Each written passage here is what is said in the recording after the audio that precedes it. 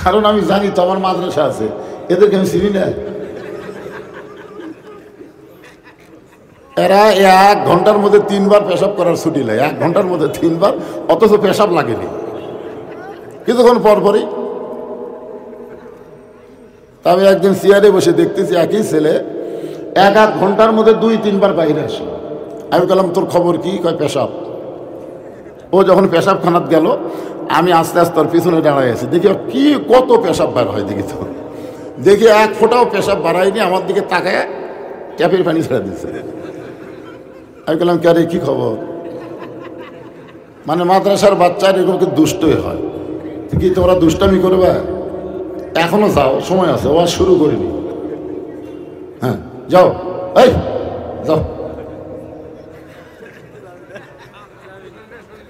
শুনবে? আলহামদুলিল্লাহ, শুনলে ভালো। হ্যাঁ,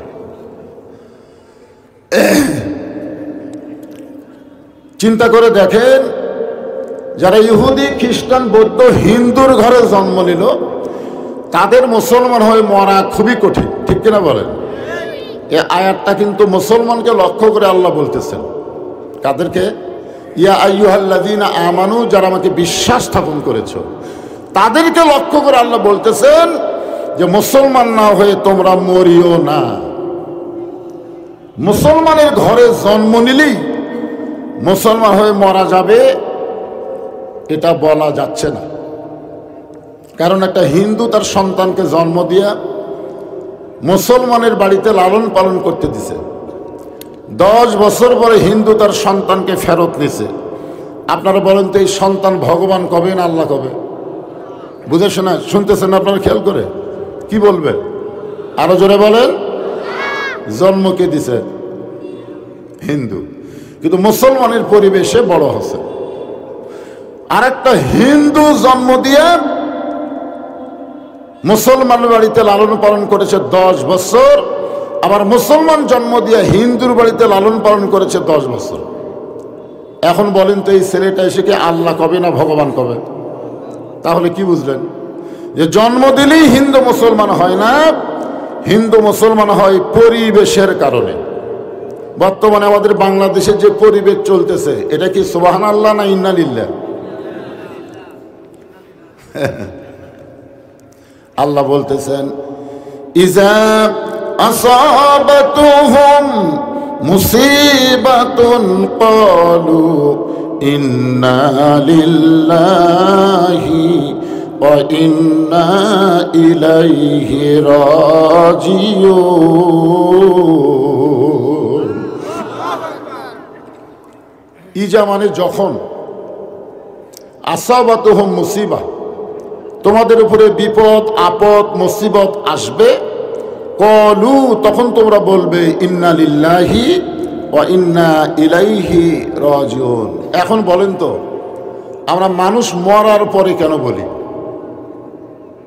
এইটা তো আসলে বিপদ আপদ মুসিবতের আয়াত, ঠিক কিনা বলেন? কিন্তু মানুষ মরার পরে আমরা কেন বলি? কি জন্যে বলেন? আপনি বলেন না, মানুষ মরার খবর শুনে বলেন কি বলেন? তো কেন বলেন?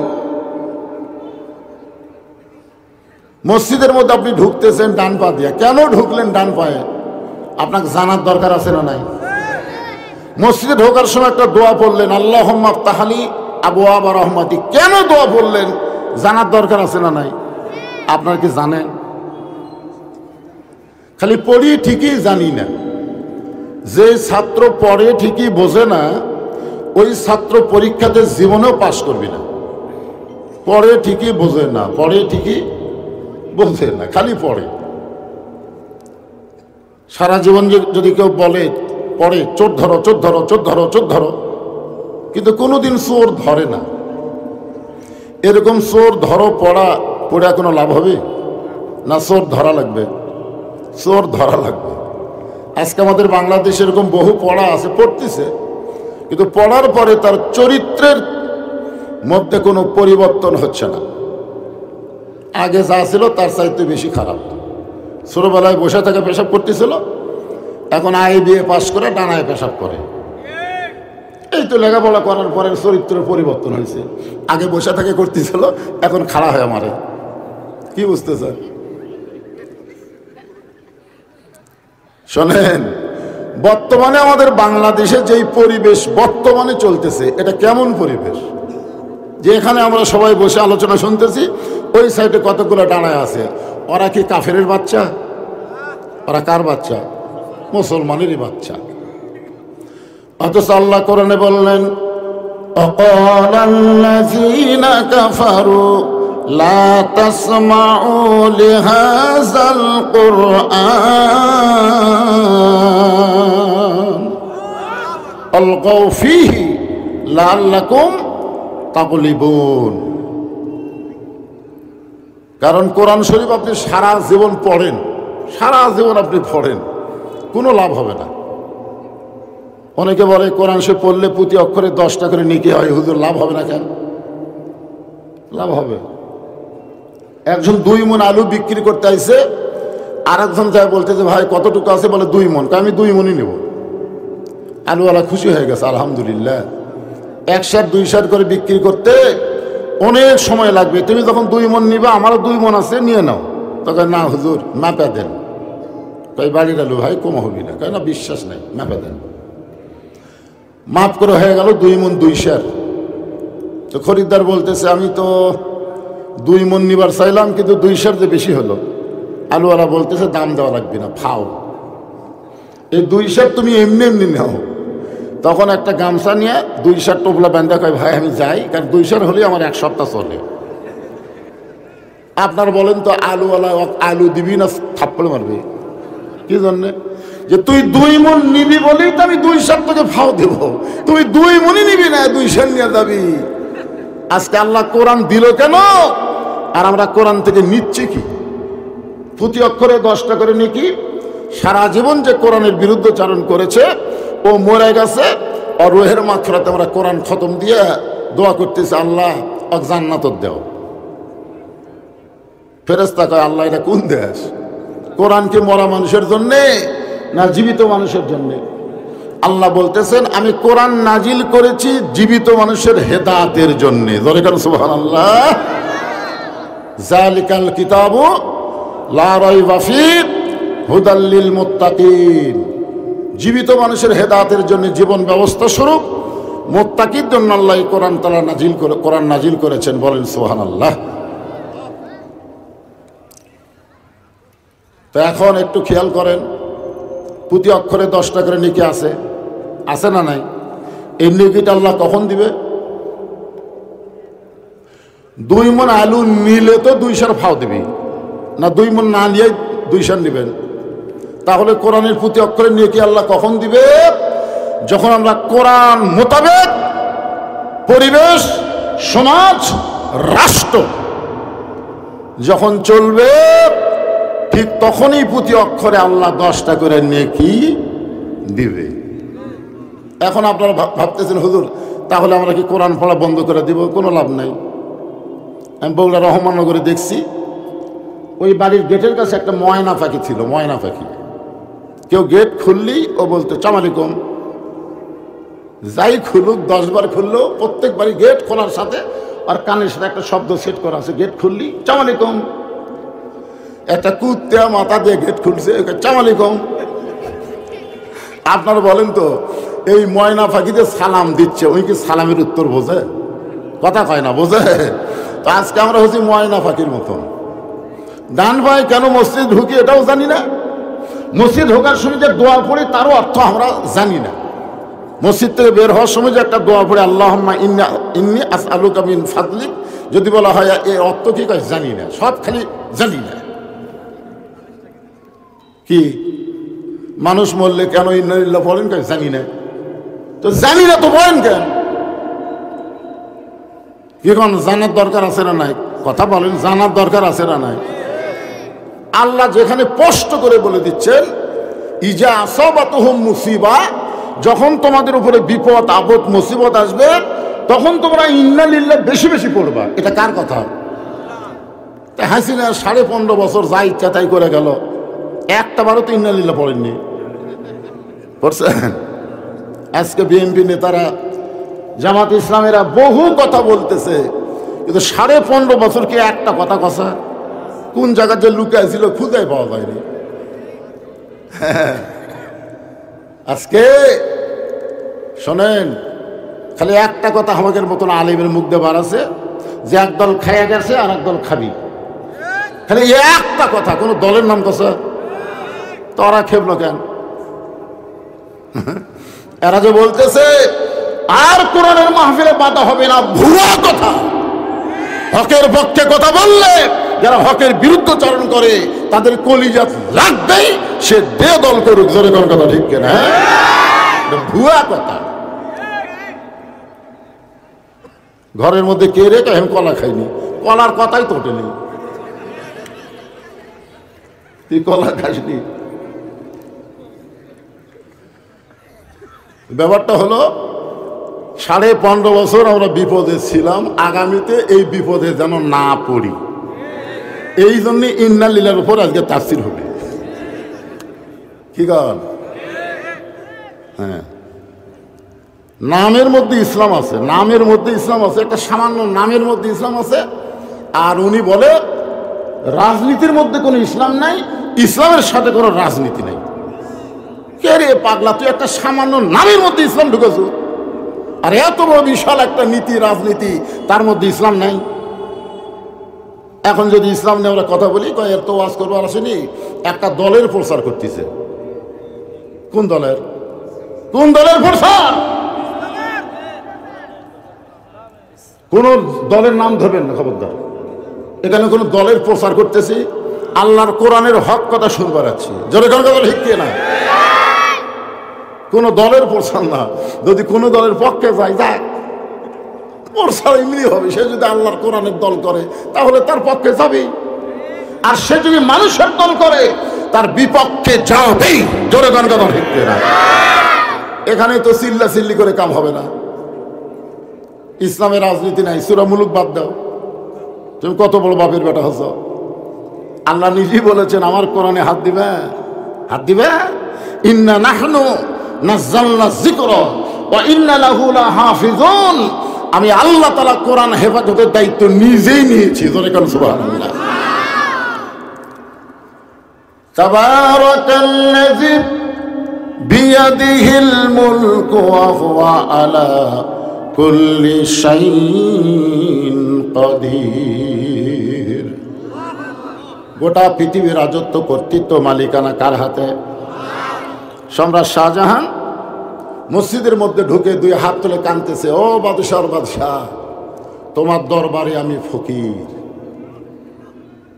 বাংলাদেশের মতন 50টা দেশের বাদশাহ ফকির হয়ে আল্লাহকে বাদশাহ বিশ্বাস করে চোখের পানি বের করে কাঁদতেছে। এখন বলেন, সম্রাট শাহজাহান যাকে বাদশাহ বানালো তিনি কে? বাদশার এক নাম হলো রাজা, আর রাজার নীতির নামই হলো রাজনীতি।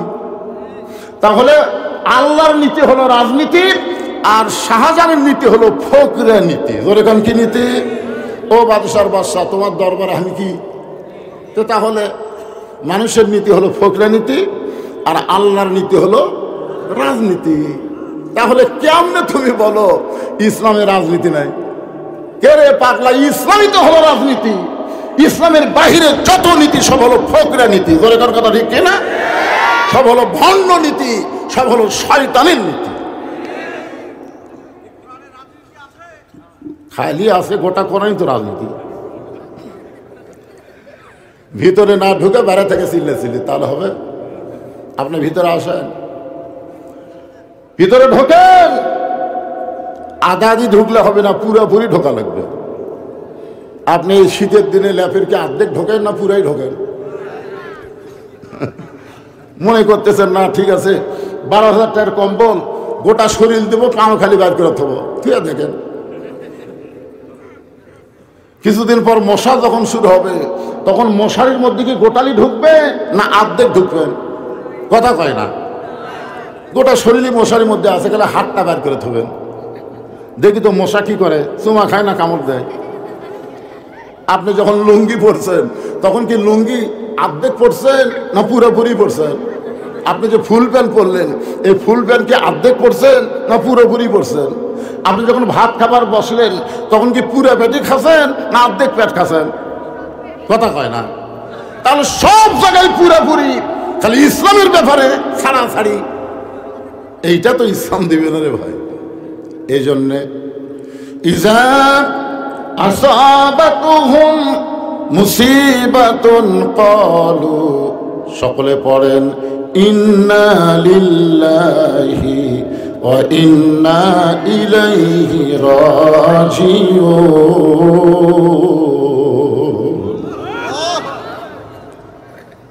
আল্লাহর একজন মস্ত বড় পয়গম্বর, নাম হলো মুসা কালিমুল্লাহ, নাম শুনছেন?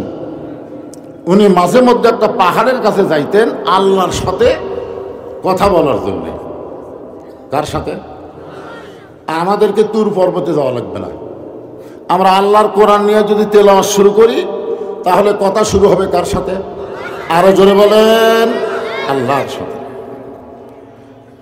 আল্লাহর নবী বলেছেন, মুসা নবী কালিমুল্লাহ ডিগ্রি পাইছে, আমি নবী কালিমুল্লাহ ডিগ্রি পাইনি বলে তোমরা মন খারাপ করো না।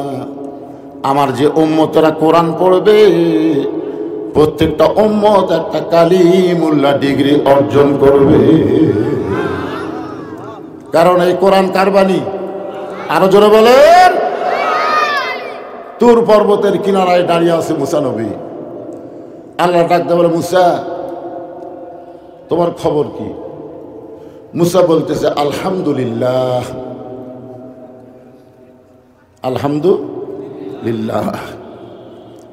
মুসা বলতেছে, আল্লাহ আপনার খবর কি?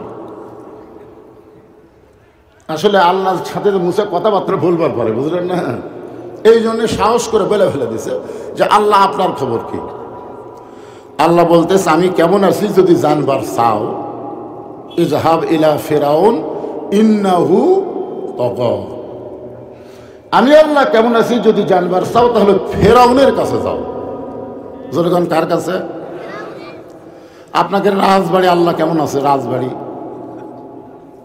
কেমন আছে আল্লাহ যদি জানবার চান তাহলে আপনাকে বলে দিবে জনগণ। ওই দেখতেছেন হুজুর, এই সাইডে সব আমার, ওই সাইডে অমুকের, ওই সাইডে অমুকের, ওই সাইডে আমার বাপ চাচার, তো সবই যদি তোমাকে হয় আল্লাহর, তাহলে চলেন 2 মিনিট হাঁটা লাগবে। মসজিদের সামনে গিয়ে বলতেছে, এখানে আল্লাহর কিছু ছিল না, আমাকে অমুক এখানে 10 শতক জায়গা আল্লাহ দিচ্ছে, আর আমরা টাকা পয়সাতে আল্লাহকে একটা ঘর বানিয়ে দিছি। ফেরেশতারা বলতেছে, আল্লাহ এই দেশের নাম কি? আল্লাহ বলতেছে, এই দেশের নাম হলো বাংলাদেশ। ওই দেশে মানুষের আইন যতদিন চলবে আমি আল্লাহর চাইতে গরিব কেউ থাকবে না। কারণ শুধুমাত্র মসজিদ আল্লাহকে দিয়া বাদ বাকি সব নিজের নামে করে নিচ্ছে। এটা হলো অমুকের এরিয়া, এটা অমুকের এরিয়া, এটা অমুকের এরিয়া, আর আল্লাহর মসজিদ। এই মসজিদের মধ্যে যখন যাবে তখন আওয়ামী লীগ, বিএনপি, জামাত, জাতীয় পার্টি সব এক কাতারে খাড়া হবে। একজন আওয়ামী লীগ যদি 4 আঙ্গুল সামনে যায়, একটা জামাত পর্যন্ত টান দিয়ে কাতার উঠলে আসবে। কেন তোর চোখ নাই, সামনে যাস করে? আওয়ামী লীগ কে টান দিল দিকে তাকাবে না, পায়ের নিচের দিকে তাকাই বলবে আমি খেয়াল করিনি ভাই। ফেরেশতারা বলবে, আল্লাহ 20 দল 14 দল ভাঙ্গে এক কাতার তোমার মসজিদে হয়। আল্লাহ বলে, মসজিদ যেমন আল্লাহর বিশ্বাস করেছে এমন বিশ্বাস যেদিন গোটা বাংলাদেশ করবে সেদিন মসজিদের নিয়ম বাংলাদেশের সব জায়গায় চালু হয়ে যাবে। আজকে শুধু মসজিদে আল্লাহ আছে না, সব জায়গাতে আছে। কথা বলেন। 2 বেনামাজি গন্ডগোল লাগে বলতেছে, বিশ্বাস যদি না করিস মসজিদ ছুঁয়ে কোমরে, জীবনে নামাজ পড়ে না কিন্তু মসজিদ ছবি। আমি বললাম, কারে ভাই তোরা নামাজ পড়িস? নামাজ না পড়লে কি হবে হুজুর? মসজিদ আল্লাহর ঘর, বিশ্বাস করি মসজিদ আল্লাহর ঘর, তাহলে এ জায়গা কার? এই জন্যে মসজিদের মধ্যে আমরা সব দল এক কাতার হই, আমাদের মধ্যে কোনো দলাদলি থাকে না। সমাজের মধ্যে আসলে আমরা দলাদলি করি, আমরা এক কাতারে দাঁড়াবার পারি না। এটাই হলো ইন্না লিল্লাহ, এটাই হলো মুসলমানের সবচাইতে বড় বিপদ। আল্লাহ বলেছেন, ওয়াতাসিমু বিহাবলিল্লাহি জামিআ ওয়া লা তাফাররাকু। তোমরা আল্লাহ নবীর ব্যাপারে, ঈমান ইসলামের ব্যাপারে, আল্লাহর কোরআন হাদিসের ব্যাপারে তোমরা দলাদলি করো না, তোমরা এক কাতার হও। কার কথা? জোরে বলা লাগবে। এটা কি আমার বাপ দাদার কিচ্ছা বলতেছি? কিছুক্ষণ পরে আল্লাহ বলে, মুসা আমার মনে হয় তুমি কিছু বলবার চাও। মুসা বলতেছে, আল্লাহ একটা জিনিস বলার জন্যই বাড়ি থেকে বের হয়েছি, কিন্তু সাহস পাচ্ছি না। আল্লাহ বলে, মুসা সেটা আবার কি? মুসা বলতেছে, আল্লাহ আমার মনের মধ্যে একটা জিনিস সবসময় খেয়াল হয় যে আমার যা আছে তোমার তা নাই। আল্লাহ কয়, মুসা এরকম খেয়াল কেন হয়? কিছুদিন হলে হচ্ছে, ব্যারাম ঢুকছে আমার মধ্যে। তা আল্লাহ বলে, সেটা কি কথা? কথাটা হলো আমার মৃত্যু আছে কিন্তু আপনার মৃত্যু নাই। আল্লাহ বলছে, ঠিকই তো তাই রে। মুসা বলতেছে, আল্লাহ এই জন্যই তো আমি চিন্তা করতেছি যে আমি মরার যে একটা স্বাদ এটা আমি পাবো, কিন্তু আপনি আল্লাহ পাবেন না। আপনারা বলেন তো, মরার কোনো স্বাদ আছে? নাই। মরার কি আছে? কষ্ট আছে। কথা কে বলছে আপনাকে? এই ভুয়া কথা আপনাকে কে শোনালো যে মরার কষ্ট আছে? এখানে আল্লাহ স্পষ্ট বলে দিচ্ছেন, কুল্লু নাফসিন যায়কাতুল মাউত। জায়গা শব্দের অর্থ কি কষ্ট? আজকে শুনে নেন, জায়গা শব্দের অর্থ হলো মজা, জায়গা শব্দের অর্থ হলো স্বাদ। প্রত্যেকটা নফসকে মৃত্যুর স্বাদ গ্রহণ করা লাগবে। এখন তরকারির স্বাদ আপনারা বোঝেন না? গোস্তের তরকারি, মাছের তরকারি, সব তরকারি একটা আলাদা স্বাদ আছে না নাই? জোরে আছে না নাই? ঠিক মৃত্যুর এমন একটা স্বাদ আছে যেই স্বাদ মুসা পাবে কিন্তু আল্লাহ পাবে না। আল্লাহ বলে, মুসা মৃত্যু তোমার কাছে কেমন মনে হয়? মুসা বলতেছে, আল্লাহ দুনিয়ার জীবনে যত নিয়ামত দান করেছেন তার মধ্যে উত্তম নিয়ামতের নাম হলো মৃত্যু।